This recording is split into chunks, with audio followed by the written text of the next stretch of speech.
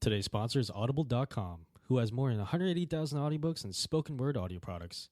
Get a free audiobook of your choice at www.audibletrial.com/shark.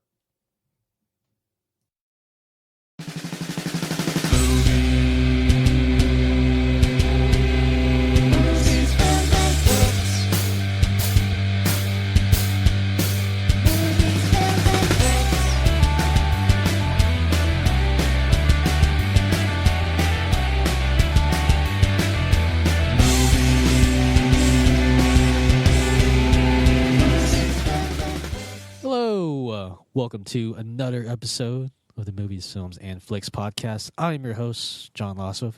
Joining me, as always, is my co-host, Mark Hoffmeyer. I have done a lot of data wrangling, and I've compiled a lot of nonsensical and empirical data, and I've figured out that Triple X, The Return of Xander Cage, is going to get a 36% rating on Rotten Tomatoes. 36%. Wow, that's actually a lot higher than I thought. Here's how I did it. All right. Okay. I got Vin Diesel's like standalone action film. So all of his dorky Last Witch Hunter, Pitch Black, none of the Fast movies. Then I compiled DJ Caruso's wide releases films that were widely released. Then I got the average of movies with jet ski action scenes because there's a jet bike action scene in this, or whatever they're called. Yeah. And then I also got the third movies in action film trilogies. So did you just kind of start with the number 100 and you just kind of took off for all these things? Yeah. But the data came out to 30.8. But I'm like, you know what? His highest like standalone film is Riddick, and that was the third in a trilogy. So it should be 30.8. However, I give it a 5-point bump, boosted it up, 0.2, 36%. You know, I fully agree with your assessment. I think the movie is definitely going to be, it's going to feel like a 30-something% Rotten Tomato-wise, but I'm actually looking forward to it because the first Triple X movie, it was just, I think it just didn't make any qualms about what it was. It was just like a straight-up action vehicle for Vin Diesel. Triple X 2 was awkward because Vin Diesel didn't want to do it. And I think there was a tank on a boat. Yeah, I'm like, okay. And then you have this one where Vin Diesel's back, but I think Ice Cube is also in it too. So I'm just like, I've seen the first two. I might as well just complete the trilogy. Like, he dirt bikes on the ocean, and he skis down a forested hill that has no snow on it. Sure, why not? Like, I want movies like that to succeed. It says up front in the title, Triple X. Like, what are you expecting? Well, I mean, I know what some people are expecting, but still, it's a straight up pure action movie, even more ridiculous than the Fast and Furious movies. And there's definitely an audience like you and me that appreciates movies like these. And like, yeah, I think it's going to be like a 30-something% movie, but I don't think that's necessarily a bad thing, And like, I don't think you can judge it like, you can't criticize it like other films. You can say it's bad, but when you're watching, say, Manchester by the Sea and Triple X on the same day, you can't be like, you got to watch them totally differently. Wow, that'd be a great doubleheader. Holy crap. It's like, which one do you watch first? I'd have to watch. Oh, man. Oh. Knowing how, like, terrible but amazing I felt after Manchester by the Sea, I wouldn't want that wrecked by Triple X. So I would do Triple X and Manchester. Really? Wow. Because I don't want that. I had Manchester by the Sea didn't like, it's not manipulative, and it gets you, but it's not, it's heartbreaking, but it's not, you leave feeling not like you got hit by a truck. Like you have I just watched a great film feeling. Yeah. Right. But so let's see, you're feeling high, you're flying high from Manchester by the Sea, and then you watch a shirtless Vin Diesel ride around on a dirt bike on the ocean. Oh, man. It just all ties together. I could just find Manchester by the Sea, Triple X on the Sea. Yeah. Maybe like towards the end of the movie, you see Vin Diesel jet skiing across the Manchester by the Sea. Just doing a wheelie. Like up yours, Casey Affleck. was like, Casey's what? on the back of the dirt Oh, bike man. riding with Vin. Casey Affleck's bad day just got even worse. Like, oh man, that's a mashup I want to see. All Yeah. right. Awesome. Okay, I think it's. I think that's enough. Triple X Manchester by the Sea talk. All right, I think it's time to start the podcast like we usually do with listener questions. Mark, I think you have the questions for us this week. Yep. The first question comes from Danny, and he asks, Celebrity Hunger Games is down to the final three tributes. Orlando Bloom, Russell Crowe, and Tom Cruise. Who takes it? I feel like this question was kind of rigged against Orlando Bloom. You know, so I'm honestly, I mean, my first choice is kind of obvious, but I think I'm gonna try to justify Orlando Bloom for the answer. Yeah, let's hear it. Okay. Oh, damn it. I mean, I was like, if it's Orlando Bloom's, like, I think I broke down the math, and he's killed the most people in the 21st century between Has he? Legolas, Yeah. Pirates of the Caribbean, Kingdom of Heaven. He's murdered a lot of people and creatures and monsters. Sure. So he's killed more on screen than Tom Cruise or Russell Crowe. However, if he got into a fist fight with Russell Crowe, it'd be all over. No. I think if he got in the fight with Russell Crowe, Orlando Bloom would have pulled a Joaquin Phoenix. He was like, oh, he just gets stabbed by Russell Crowe. Yeah, it would. Yeah, I think Orlando Bloom, like, he would just play keep away. You know, he Yeah. would just kind of run around the edge, just shooting like bows and arrows against him and Tom Cruise. Now Tom Cruise, like, he's kind of wily, you know. He would just take it too seriously, and he seems kind of nice. Yeah. I don't know what to expect from Tom Cruise. Like, he is totally unpredictable. You don't know what character he's going to be. Maybe he'll be in Ethan Hunt, or maybe he'll be his character from Edge of Tomorrow, where it doesn't matter how many times you kill him. Yeah, He Well, just that'd be keeps coming terrible. back. Oh. Yeah, I don't know. I'm trying to justify Orlando Bloom, but I think Tom Cruise has to get the nod here. See, You know? I think Orlando Bloom would just fall asleep somewhere, Hmm. and Tom Cruise would be like, "I'm going to build a booby trap." He'd build a booby trap, but he's never built a booby trap in his life. So he would build like this pretty baller booby trap, but he'd get stuck in it. Right. That would be his end. You know what I mean? Yeah. Russell Like- Crowe, I feel like he would just get like totally wasted before the fight and forget to show up, Yeah. you know? I mean, he would just be in a stupor. Right. But if he hit you once, Oh yeah. I think like Orlando would just kind of have to keep him on keep him like 30 yards away from him at all times. Yeah. Okay. You know what I mean? So I'm gonna go over Orlando Bloom, but on two conditions: Russell Crowe doesn't show up due to him being wasted, and Tom Cruise falling into one of the booby traps that he set. Yeah. So that way, Orlando Bloom wins by default. Yes. Okay, there we go. So he's just sleeping somewhere. Yeah. Or maybe Tom Cruise sets up while he's finishing the booby trap, a drunken Russell Crowe walks into it and just blows them both up. Oh, nice. Yeah. So either way, Orlando Bloom wins by default. Like, he doesn't Yeah. actually have to fight the other two. Yeah. Yeah. I like it. Yeah. That's good. I think the Bloomers got it. Yeah. I think you have to go Orlando Bloom. Yep. All right. Wait, did we answer that? Crap. No, kind of. Yeah, I think we did, actually. That was pretty definitive. I think we answered it definitively in a very roundabout way. Yeah, you're right. I think there was definitely we went through a couple different answers before we settled on Orlando Bloom. So I think it was still pretty vague. Yeah. Because I kind of think Tom Cruise could pull it out. Yeah, but then again, I still think Russell Crowe could probably pull it out too. Yeah, see? So actually, yeah, I don't know. I feel like a lot of these listeners' questions, like, we should just say it up front. Like, I don't know. You probably save so much time. It's like, you know what? I have no idea. Yeah, there'll be no answer.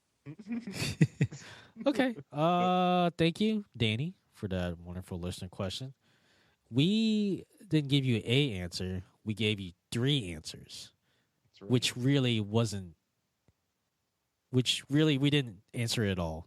If you think about it. I feel like Benicio del Toro would just pop out of nowhere and win it all. Oh yeah. You know he's got that wily look. He's got that wild look about him. I wouldn't Oh, put yeah. anything past him. I'm like, dude, you weren't even invited. I know. Element of surprise. Element of surprise. Wait, but there is no surprise because we didn't want you here. That doesn't really apply here, Benicio. Like I don't care. You know who would do it is Johnny Knoxville. Oh yeah. Yeah. Actually, in a straight up fight between Johnny Knoxville and anybody, I'd put money on Johnny Knoxville. Not because like he's like stronger, faster, but just because he could just take punches like no one else. And he'd be laughing about it. Yeah.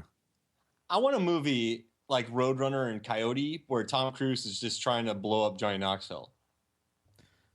So is that the final answer? Johnny Knoxville going up against Tom Cruise, Roadrunner style. Yes. Against Wally Coyote. Yeah. Right? Yeah. All right. No, there's the real final answer. That was the real final answer. Mm-hmm. Johnny Knoxville in a Roadrunner cartoon. All right. I think it's time to move on to the topic of the day, which is the best movies of 2016 that we didn't see.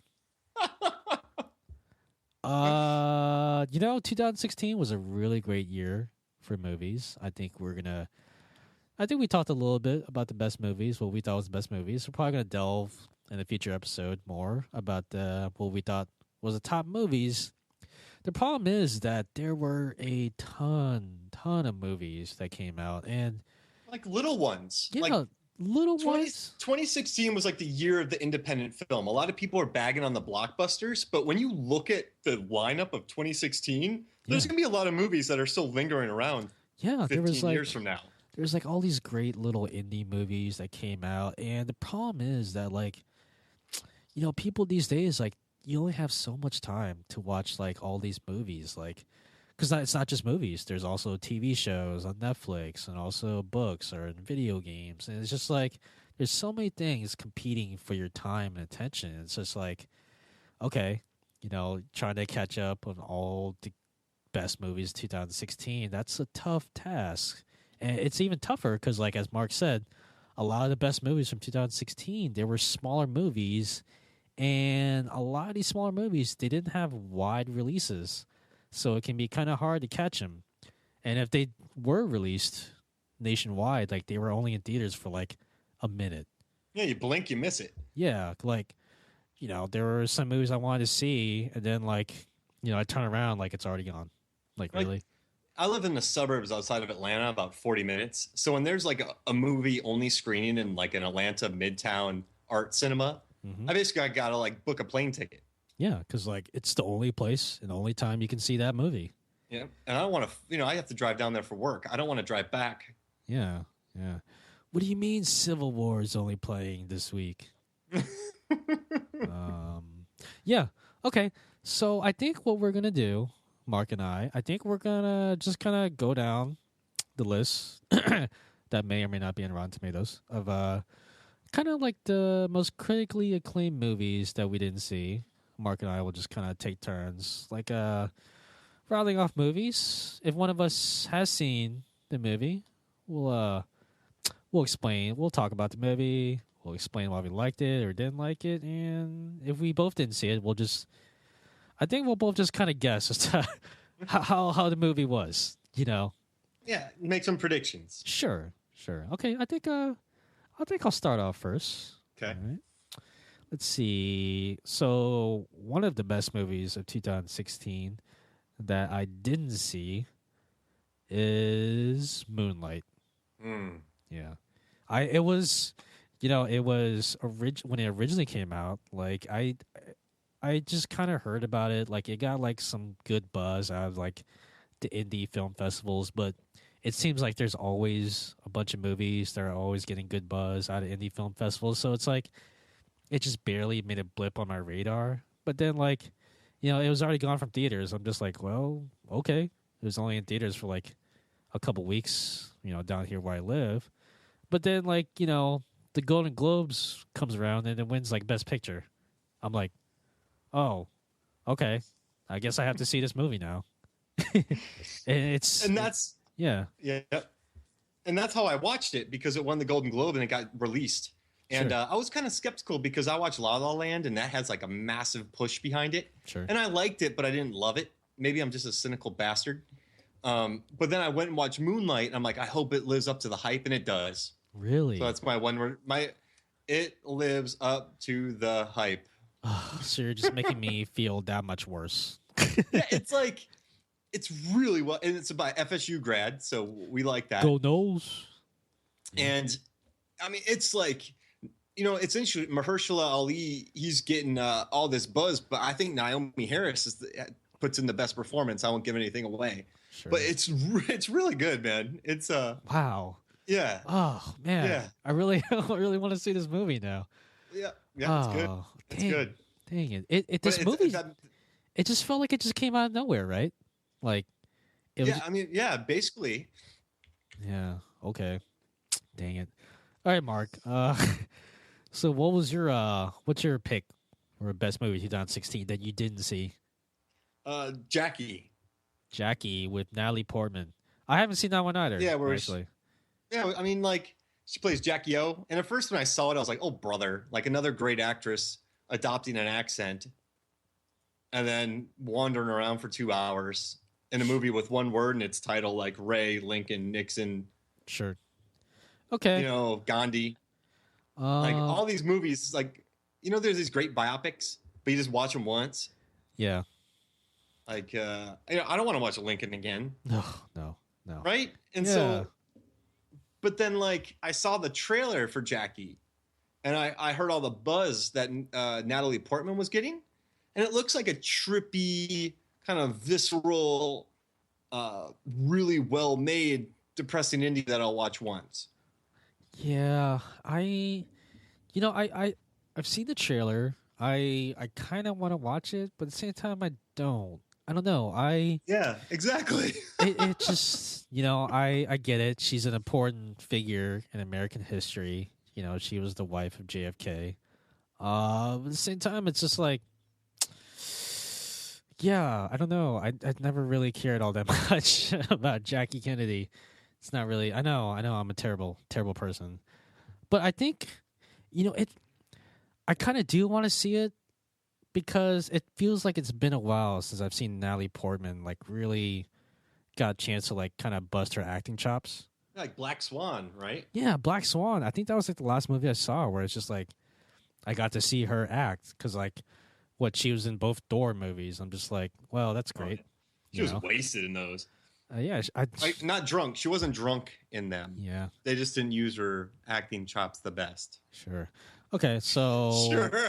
Wait, are you insinuating Yeah, no, I'm not insinuating she anything. was wasted during those? No, not at all. I would never.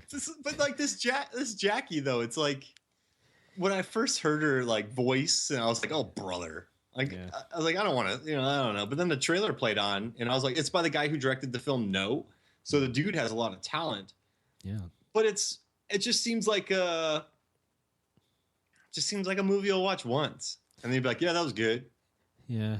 Okay, Right? so it's a biopic, but it doesn't like delve like through her entire life. It looks like it's like it covers like the assassination. Yeah, like after the yeah. I don't know. yeah, so yeah, after the assassination and how she like deals with it. Yeah. I mean, that's what we're thinking. I don't know. None of us have seen the movie, so we're just kind of guessing here. Yeah. And then it's just her acting, you know? It's just Natalie Portman just acting her face off. And Which yeah, go ahead. I'm a little worried though. Like, you know, in movies where people are acting, does that make sense? Yeah, like it's just like I'm going to use like Manchester by the Sea as the anti-example. It's like Casey Affleck is getting like all these like, you know, critical acclaim because like there's like a great way to I read that like really describe like Casey Affleck's acting in Manchester by the Sea. Like you didn't see Casey Affleck, you just saw Lee Chandler, you know. Whereas like in other movies, it's like, well, you don't see so and so's character, you just see so and so. You know, I totally agree. Yeah, like I think my favorite performances are really performances that they don't feel actory. Like I watched Southpaw the other day with Jake Gyllenhaal. Mm-hmm. I just put on his background, and it was just him acting the whole time. Does that make sense? Yeah, like you see him like putting like 110% into the performance, but at the same time, it's like it's fucking Donnie Darko, man. Yeah. Like, have you ever seen like Brendan Gleeson? Mm-hmm. Like, does he ever seem like he's trying to act? No, like he just kind of he just kind of disappears in the character. Yeah, I feel like, right. Yeah, And he's not like doing a bit. Like he's acting. Like, but you don't really feel like he's. What's that on Forgetting Sarah Marshall where he's like, the way to surf is you can't like try. Oh, with Paul Rudd. Yeah, and then like he's like, you're trying too hard, and then Jason Segel just lays there. He's like, well, you got to get up. It's like you obviously have to like act, right? But like you don't have to like act. It's just some people make it seem effortless, you know. Like, but in these biopics, I feel like maybe that's why they annoy me. Is that everyone's always acting. Yeah, you know, I think it would be super interesting, if Wes Anderson made a biopic. Oh my goodness! Because all of his characters are just like, for the most part, they're low key. What if he decided to make a biopic of like a really larger than life character? Freddie Mercury or something, or like Genghis Khan. Yeah, a Wes Anderson biopic of Genghis Khan. I think I want to see this movie so bad. And like for some reason it would be Owen Wilson. No, Bill Murray plays Genghis Khan.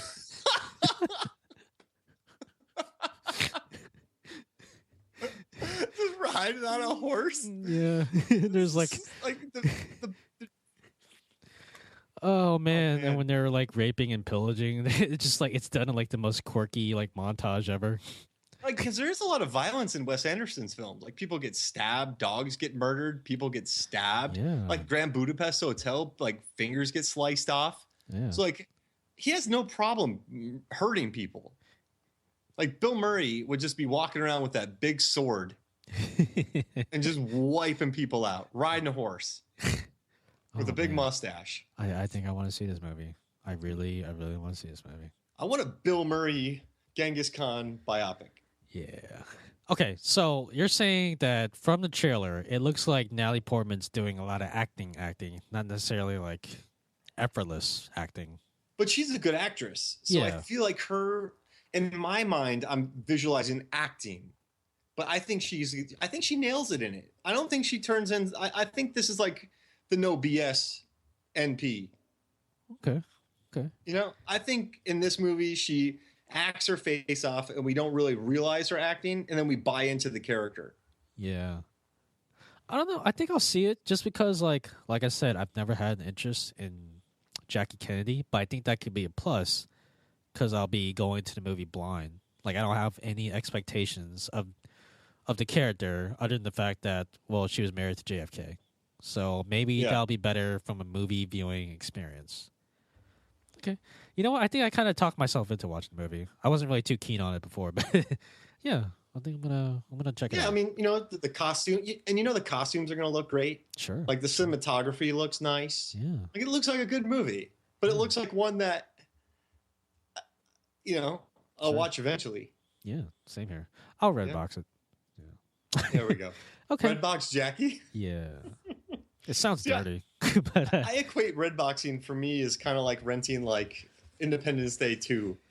You know what's like something I do? It's like really kind of funny now that I think about it. But like whenever I see like a movie trailer and it's just like, oh yeah, like I'm totally gonna Redbox that movie. And then when I'm at the Redbox and I see that movie, I'm just like, yeah, I don't know if I still want to see it. You know?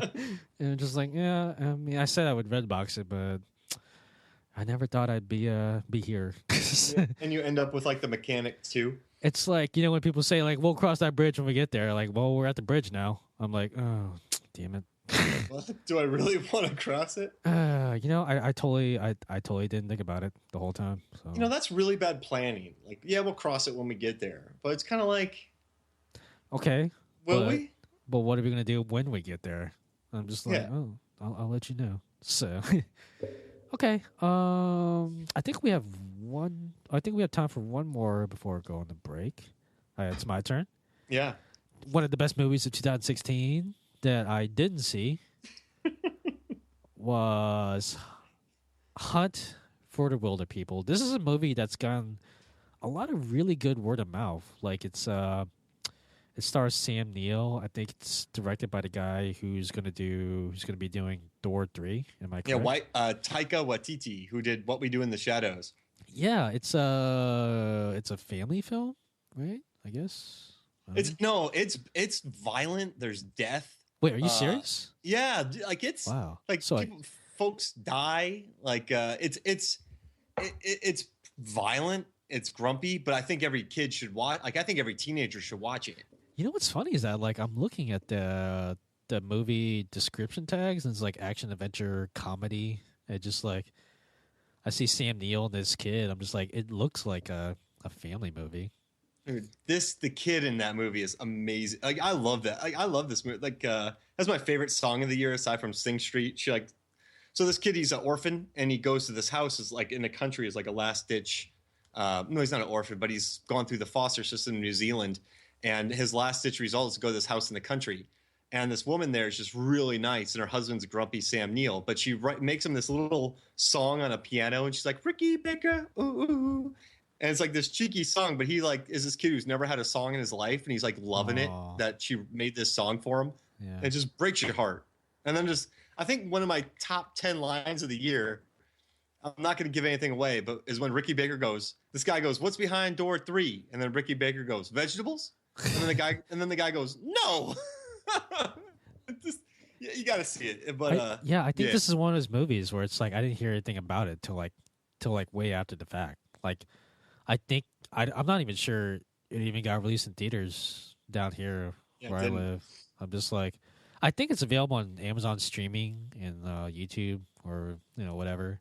So I think I can watch it that way. But I'm just like, yeah, it's another one of these like these small indie movies that's just like that really dominated 2016. And Empire Magazine said it was the number one film of 2016. So Empire Magazine is my favorite movie magazine on the planet, and all their staff writers they put together the top 10 list and then compiled and gave points. And the number one film of 2016 was Hunt for the Wilder People. Okay. If I wasn't convinced before, I'm definitely convinced now. Yeah, it's another one of these indie movies where it's just like I didn't hear anything about until everybody has seen it already. I'm just like, oh, come on. I'm busy with like watching Civil War and Doctor Strange. I should have been watching the real movies. It's adorable. I loved it, man. Yeah. Okay. All right. Well, you've made a very convincing argument for me to watch Hunt for the Wilder People. Thank you. I think I will try to look for it. But in the meantime, I think now's a good time to take a break. So we'll see you guys in a little bit. We're not going to watch any movies. Robert. Mm-hmm. John. Yes. Complete this sequence. Mm-hmm. 5, 4, 3, 2, 1. What are we doing? Counting. Counting what? Down. Counting down what? Everything? Everything and anything. Anything and everything? That's right. The three of us, we count down from 5 down to 1. Top 5, everything and anything that you can think of. You want to know the top 5 shittiest bands? You want to know the top 5 movies? Listen, Shark Dropper Studios, sharkdropper.com.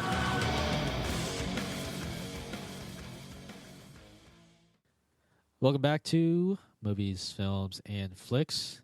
I didn't find Hunt for the Wilder People. Well, that's because I wasn't looking for it. I ended up going to Domino's.com and ordering pizza. Did you have them look for him on the way? No. I just had them put on extra pepperoni. So, yeah. Well, if you watch Hunt for the Wilder People, you'll get that pepperoni joke. Oh, really? Okay. Yeah. Really? Wow.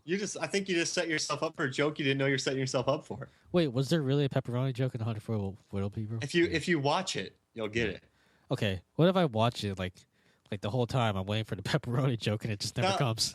There's a chance you might not get it because this is really obscure. You're telling me But there's you a... have like, but you went to college for deductive reasoning, didn't you? Yeah.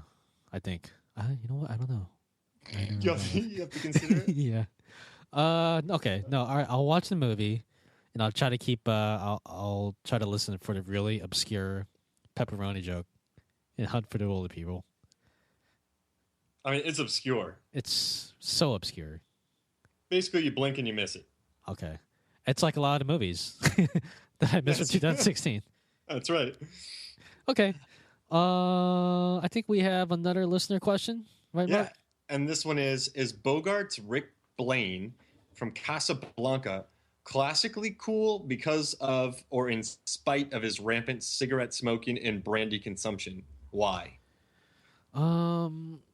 I think. So, Oh, go ahead, Mark. oh no, you got it.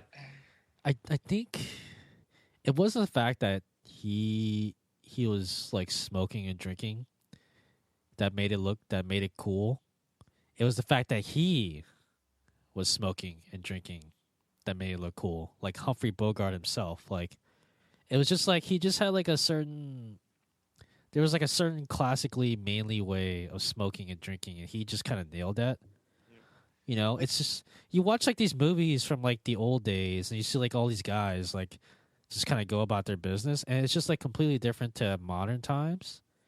You know, because back then, like these guys, like I think they just drank and smoked more often, and just like it's a completely different style. It was the 40s, 50s. They didn't know any better. Sure, it was just like, dude, what's cancer? I don't think they did, I don't think they did it to be cool. They were just kind of like, hell yeah. Yeah. All right, so imagine this, right? Okay. Bogart, right? He's in Casablanca, and instead of a cigarette and brandy, he has a very large pita and a frappuccino. Ugh. He would still look awesome. Yeah, he would make it look cool. Like in the middle of all of his lines, while munching on this pita and like drinking his frappuccino, which I have nothing against, man. I'll crush some frappuccinos. Yeah. It's just been a while. I really can't think of the last time I had one. I got nothing against them. Yeah, you can't crush frappuccinos like you used to, Mark. Yeah, you're right. Yeah. Man, I wish I could tell you the last time I had a frappuccino. No. But you promised your wife you wouldn't do that anymore. You would stay on the straight and narrow. like, yeah, absolutely. And like, yeah, I definitely had to stay on the straight and narrow. My frap addiction was insane. Yeah. I was doing like 6 a day, and they cost like $4.50 a pop. Yeah, no, those things aren't cheap. Like I'd be at work, and like there's cigarette breaks. I had to take frap breaks. Sure. Like, and then there was like no rule for it. So like, well, you can't really do it. I'm like, listen, man, this is caffeine. It's an addiction. No. And then they're like, all right. So I'd be outside drinking my frap. But no, like Bogey, right? Bogey in Casablanca, right? He's eating like a 18-inch sub. Like you would still think he's the coolest guy on the planet. So like if you think about John Travolta smoking in Evil Ways, he looks like a schmuck. Like he doesn't care about smoking. He just wants to look cool because he's smoking. But Bogey, he didn't care. Like that's what he did. I mean, he probably started smoking at like age 5. Yeah, So like, I'm surprised. Yeah, exactly. I'm surprised he didn't have 4 cigarettes in his mouth at one time. Sure. And like, he's probably been drinking. He was probably drinking like around the same amount of time that he's been smoking. So it's just like, you watch him like smoke and drink, and he just looks so. He makes it look so cool because he's probably been doing it his whole life. It's organic. It's organic drinking and smoking. Yeah. These days, it's like you gotta watch your health. Yeah. I mean, I watch myself drink in a mirror. Does that count as watching your carbs and calories? You can, you're watching your health go down. So Yeah. All right, so get this. So in Leaving Las Vegas, Nicolas Cage plays an alcoholic. And I listened to this podcast where this guy called total BS on it. He's like, well, if you're really that much of an alcoholic, you've basically singled out on one thing. You're not going to go through a store picking all different variations. You're going to pick the same thing of one. Isn't that? That's kind of interesting. Depressing, but interesting. Really? Yeah, I never really thought of it that way before. like when I had my frap addiction, I wasn't like, hey, give me a cookies and cream, give me a honey creamsicle, give me a blueberry crush. Yeah. You know what I'm saying? I was like, give me the mocha frap. It was always the mocha frap. That was it. I didn't even get it. Someone said, hey, we got a seasonal. I go, yeah, you are a seasonal. Yeah. I was like, hey, I apologize. I just need my frap. Yeah, that's wow, I never really considered that before, actually. Just give me a mocha frap. All right. Awesome. Okay, so I think that's the final answer to that question. The mocha frap. Yeah, just give me a mocha frap. Yeah. All right. Thank you for those wonderful listener questions. Keep sending them in, folks. The weirder, the better. We're not going to guarantee that your question will ever get answered. So, but yeah, keep sending them in to Twitter? At Twitter. Movies, Films, Flicks, at the website. Yep, Movies, Films, and Flicks, and our website. We get occasional questions. Well, we get a menagerie. That's not it. That's a collection of animals. But we get we get a hodgepodge of questions everywhere. Sure. So wherever you want. And guys, you've listened to these questions. Like all y'all have listened to these random answers. So if there's something that pops in your head one day, just shoot it over to us and we won't answer it. Yeah. Yeah, we'll be happy to not enlighten you. Like I'll even do a lot of research to not answer it. Yeah.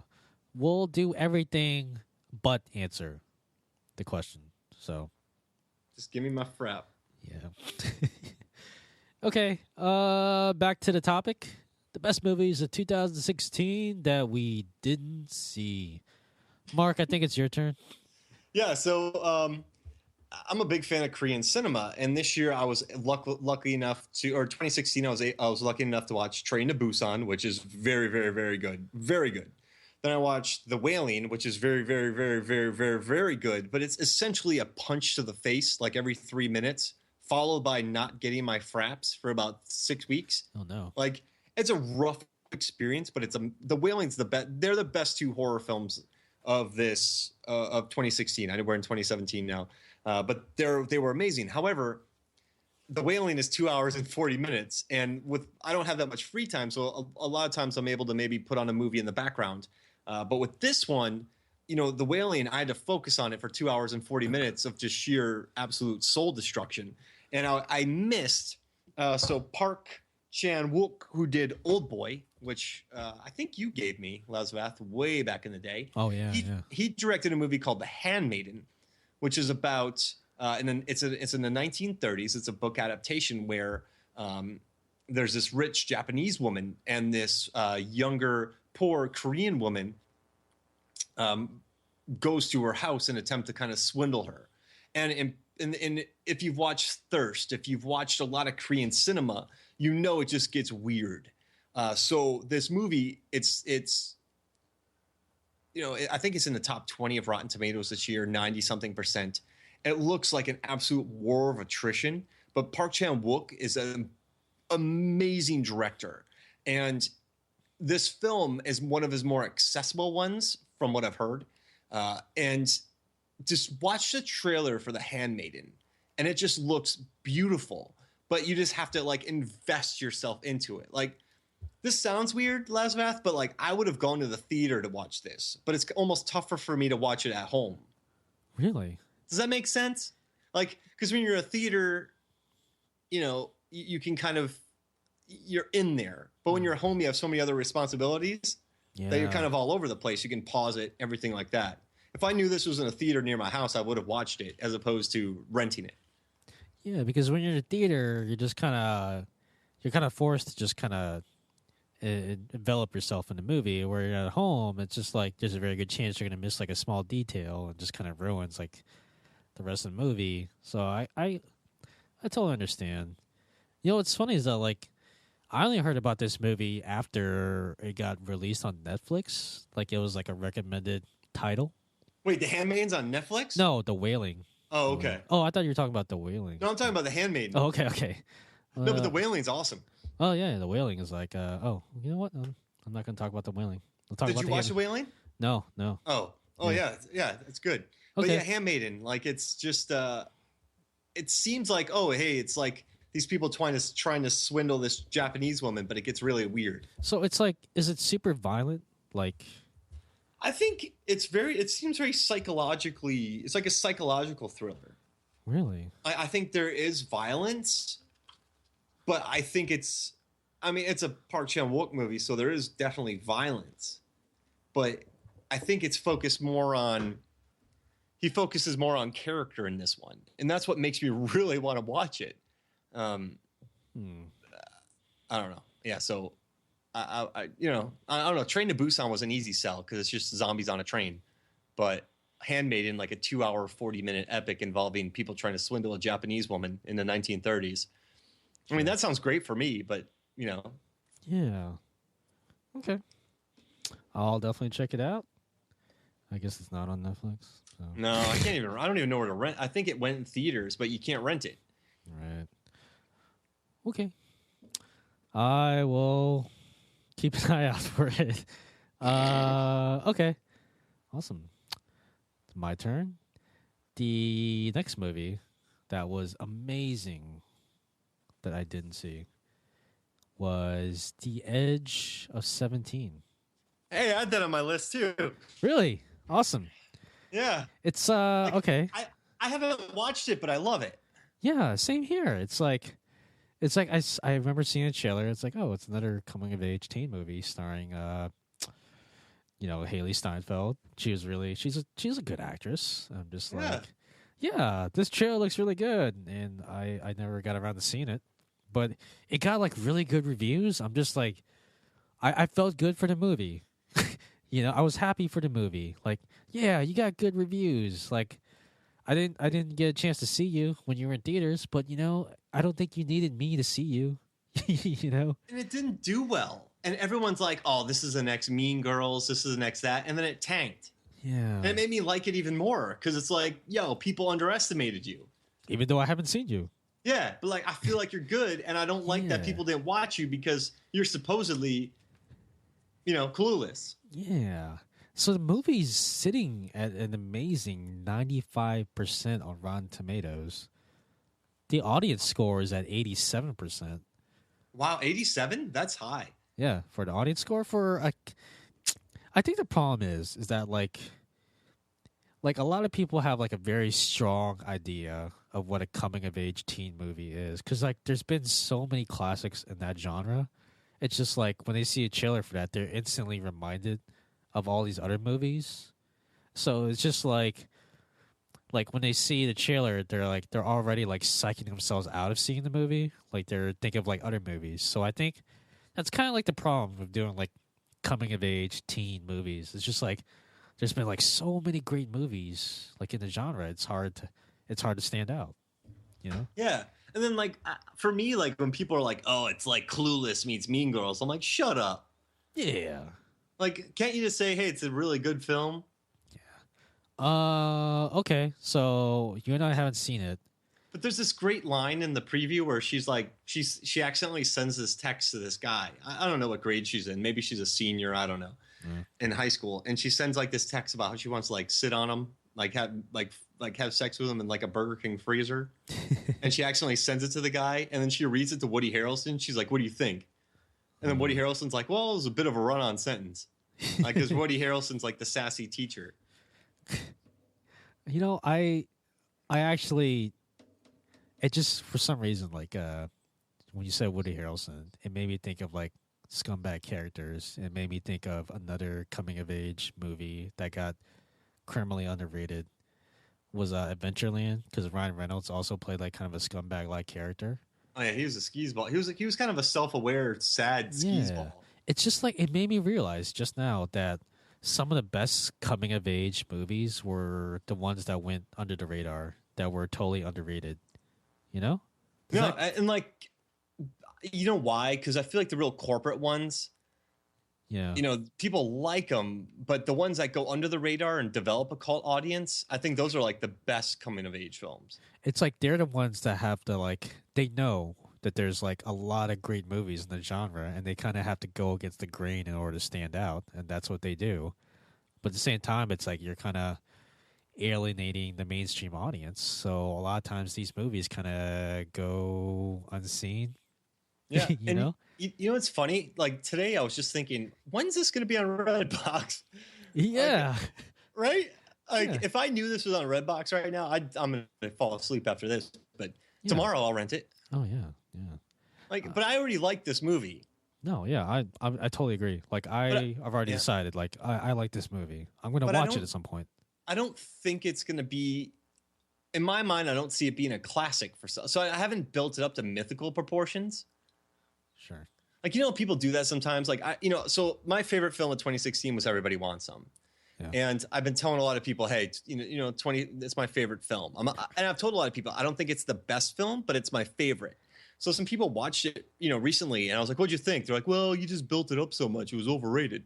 And I was like, no, like, so I'm not trying to overrate the edges. And whoever said that, I'm pretty sure they listen to the podcast and they're pissed at me now. Yeah. But listen, like I haven't overrated The Edge of 17 yet. Does that make sense? Yeah. Although I'm just like- I do want to say, Mark, that like you did kind of. I have like heard you rave about the movie, and when I saw it, I definitely didn't feel like you built it. You overhyped it. I think you did like the right amount of hyping, because I also love that movie. Dude, everybody wants some. Dude, everybody wants some. It's just, I think people don't know how hard it was to make that film, because the acting is so natural. There's Yeah. good laughs, there's good characters, there's character development, and it takes place in 3 days. You know what? Like, people- What that movie also was? It was an underrated coming of age movie. That's right. Yeah. Yeah. Like Linkletter knows what's up. Like that movie looks relaxed, but to make it that relaxed is really hard. Yeah, I think the proper way to sell this movie, it's the spiritual sequel to Dazed and Confused. Yeah.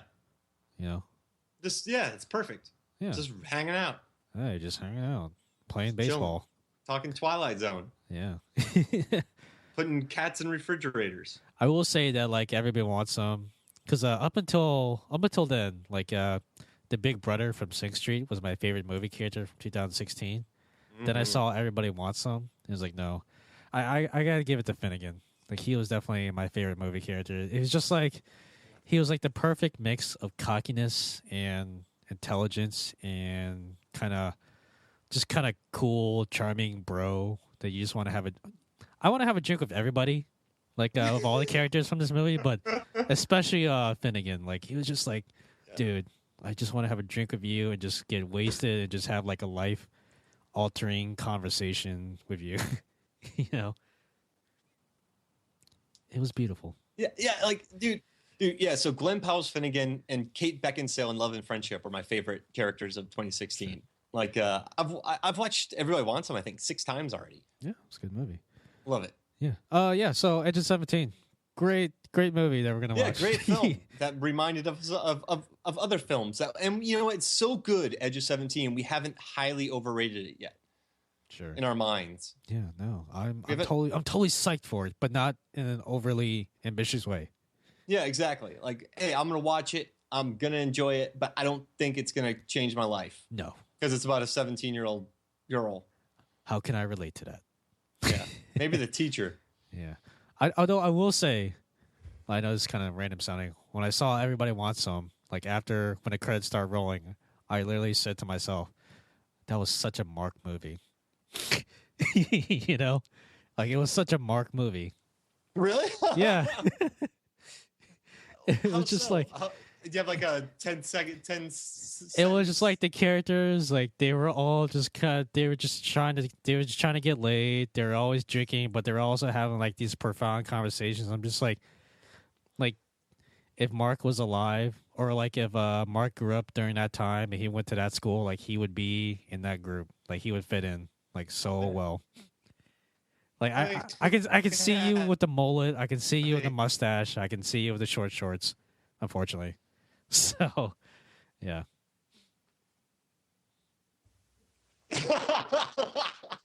Dude, I'd have been in those. I'd have been country line dancing. I'd have been discoing. Like I would have had no problem going to 3 different, like hanging out with punks, hanging out at country. I'd have gone all of them. And Good. I did for a while tragically smoke a pipe in college. Sure. Like, but then one night I got into like a long conversation with some people for like 5 hours, Yeah. and I smoked that pipe for like 5 hours, and then my mouth the next day felt like Yeah. it was dead. Sure. Yeah. All right. So that was Edge of 17. Yeah. Mark, what's the next movie you got?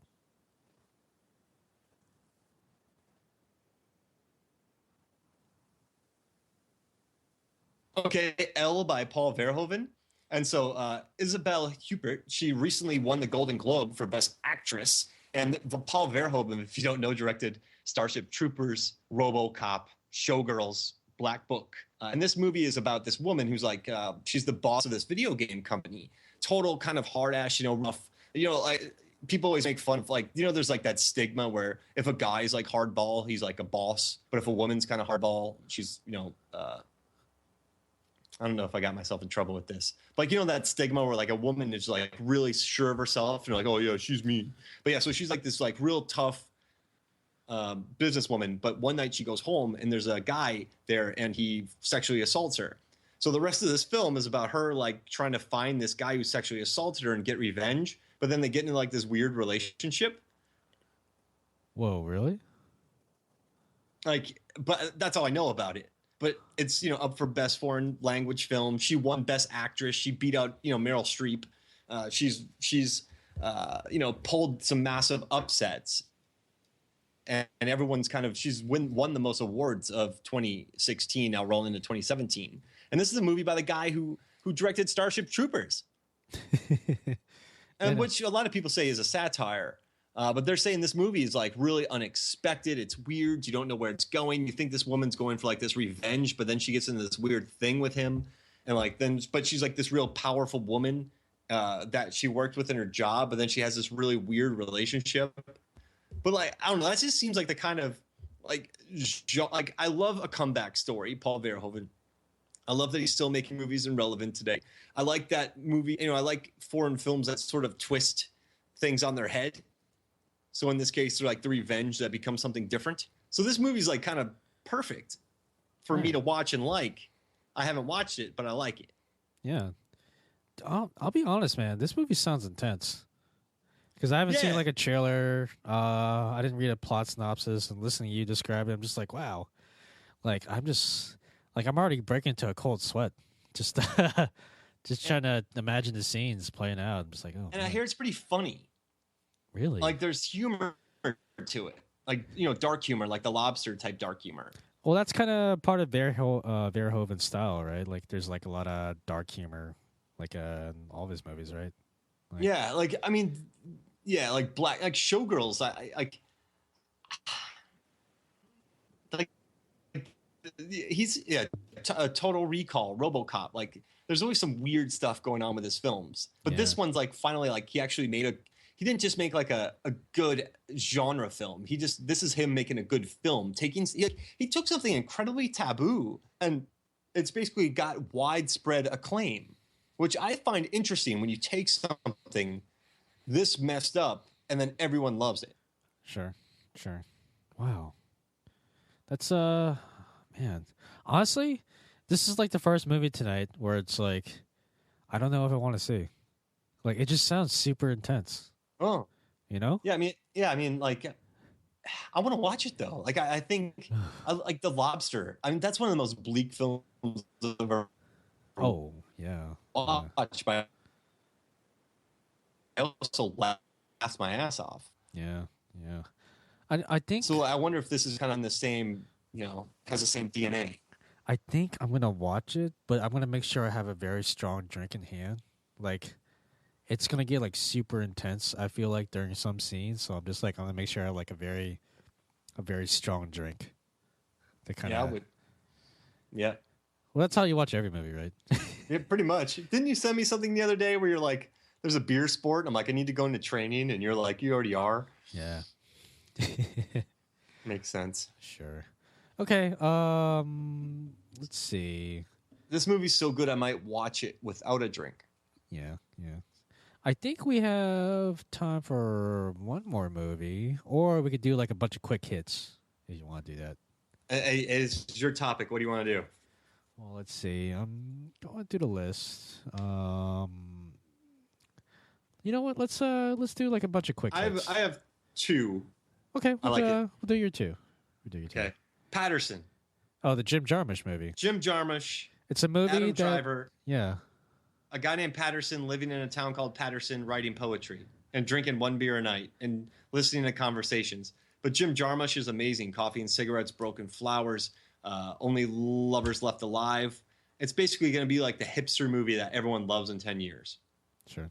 And then there's a movie called A Bigger Splash that stars Tilda Swinton as like a David Bowie-esque rock star reunited with her ex, Ray Fiennes, on this like beautiful island. So you have these amazing actors, these basically rich white people making each other miserable. Sounds wonderful. But good acting, you know what I mean? Yeah, yeah. Yeah, those are my two. Yeah, I definitely want to see those movies.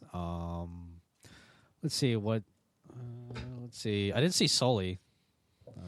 Oh man, best mustaches 2016. Really? Over Everybody Wants Them? Oh yeah, dude. Aaron Eckhart's looked like it could like break off of his face and like it could have defeated Germany in 1945. Like that also could have landed on the Hudson. Yeah, like the plane, like if he could have strapped to the top of the plane, it would have just like glided it. Sure. But it's very good. Tom Hanks is so good in Sully that I don't think people know how good he is. Right. No, I mean I'm a huge Tom Hanks fan. I always look forward to his performances. So I definitely gotta watch Sully. Hacksaw Ridge. Tom Hanks spelled backwards is Mott Scan. Oh wow. Scan. Wait, Tom Hanks. Never mind. Hacksaw Ridge was another big one. Very good. Really? Okay. Let's see. Just like a little. I think the biggest takeaway here is that the biggest hitters of 2016 were the smaller movies, like we mentioned in the beginning of the podcast. You had like the big tentpole movies that came out, like Jungle Book, Civil War, Doctor Strange, obviously Rogue One. But like, I feel like, the indie movies just kind of really took top billing last year. Yeah, dude, crushed it. Hunt for the Wilder People, Love and Friendship. Love and Friendship. Love and Friendship. Love and Friendship. And Love and Friendship. Everybody Wants Some. Yeah. Hush. The Witch. There's some legit indies. Moonlight. Sure. Yeah, I think it'll be interesting to see how 2017 plays out, because there's a lot of big tentpole movies coming out, but the thing is, you always hear about the big tentpole movies. Obviously, like the little indie movies, you don't hear about until like after they left theaters. Yeah, and like Guardians is coming out this year. Spider-Man. Yeah. I don't know, like Triple X, the Return of Xander Cage. Oh yeah. I don't know how hip I am to. I don't know. It's going to be a big blockbuster year, the new Star Wars. But I don't know too many indies that are coming out. Do you? No, and you know what? We're probably gonna talk about those on the best movies of 2017 that we didn't see. I'm in. Yeah. So, I've got a lot of catching up to do still. Mark, you have a lot of catching up to do still. I'm not even gonna think about all the TV shows I still have to catch up with. Oh, jeez Louise. How do people have time to like watch all these things? It's crazy. I'm jealous. It's like, do you not have a job? Do you not have something to do during the day? Are you really good with your time? Yeah. It's like they have a time to like the second. So, all right. I think that does it for a podcast. Obviously, there were like a lot more movies that we didn't see in 2016, but there's just so much time in a podcast. I'm sure there's a lot of podcasts that you haven't listened to. Yeah. Yeah. We could do a podcast on that. Let's not. Okay. Any plugs you want to make before we sign off? Yeah, Shark Dropper. Movies, films, and flicks. Rotten Tomatoes. The Lamb. The Lamb. Domino's for being awesome. Doritos. Mountain Dew. Let's see. Ben Gay. Gummy bears. Yeah. Code Red. Okay. I think that's enough plugs. Yeah. yeah. Yeah. Anyway, that does it for a podcast. For my hosts, for my co-host, Mark Hoffmar. The Handmaiden. I've been your host, John Lawson. Thank you so much for listening, and see you guys soon.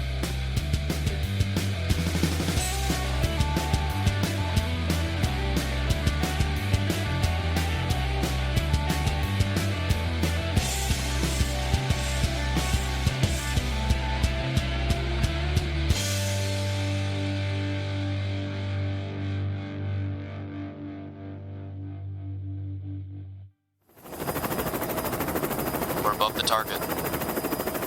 T-minus 5 seconds till shark drop. 5, 4, 3, 2, 1. Drop the shark! Go! Go! Go!